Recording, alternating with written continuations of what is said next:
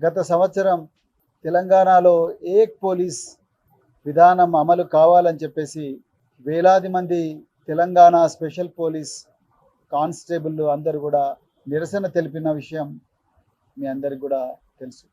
అయితే మరి ఈ నిరసన క్రమంలో పోలీసు ఉన్నతాధికారులు ప్రభుత్వం దాదాపుగా 39 మందిని సస్పెండ్ చేయడం, అదేవిధంగా 10 మందిని డిస్మిస్ చేయడం కూడా చేసింది. అయితే ఒక రేవంత్ రెడ్డి గారే ఎలక్షన్ల సమయంలో ఎక్కడ లేని విధంగా ఏక్ పోలీస్ విధానం తెలంగాణలో తీసుకొస్తాం, పోలీసు కానిస్టేబుల్ల పరిస్థితి అత్యంత దయనీయంగా ఉంది, హృదయ విదారకంగా ఉంది అని చెప్పేసి ఇప్పుడున్న ముఖ్యమంత్రి హోంమంత్రి రేవంత్ రెడ్డి గారే ఆనాడు పోలీసు శాఖ సిబ్బందికి మరి హామీ ఇవ్వడం జరిగింది. మరి తర్వాత ప్రభుత్వం ఏర్పాటైన తర్వాత ఇదే రేవంత్ రెడ్డి ఏక్ పోలీస్ విధానానికి తిలోదకాలు ఇచ్చి మరి తెలంగాణ స్పెషల్ పోలీస్ కానిస్టేబుల్ మారుమూల అటవీ ప్రాంతాల్లో ఉద్యోగాలు చేస్తున్న వాళ్ళు, రకరకాల బందోబస్తులు, అదేవిధంగా రకరకాల సమ్మెల నుండి ప్రభుత్వ ఆస్తులను కాపాడుతూ వాళ్ళ భార్యా పిల్లలను మరి దూరంగా ఉంచిన ఉద్యోగాలు చేసిన పరిస్థితి అందరికీ కూడా తెలుసు.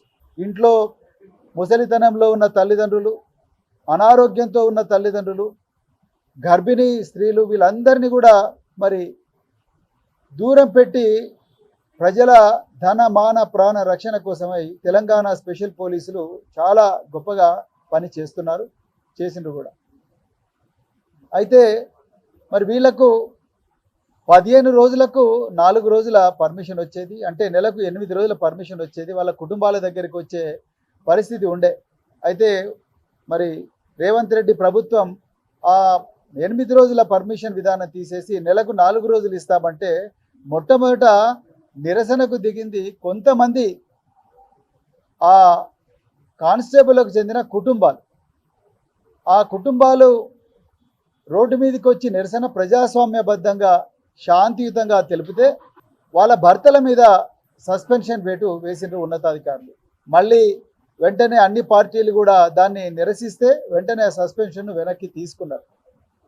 మరి ఉన్నతాధికారులు ఈ సమస్యను పరిష్కరించాల్సింది పోయి ముఖ్యమంత్రి ఈ కానిస్టేబుల్ అందరినీ తన జూబ్లీ హిల్స్ బంగళాకు పిలిపించుకోవాల్సింది పోయి, లేకపోతే సెక్రటరియట్లో తన అధికార ఏదైతే ఆఫీస్ ఉన్నదో అక్కడికి పిలిపించుకోవాల్సింది పోయి పూర్తిగా సమస్యను జటిలం చేసే ప్రయత్నం మరి రేవంత్ రెడ్డి గారు చేశారు.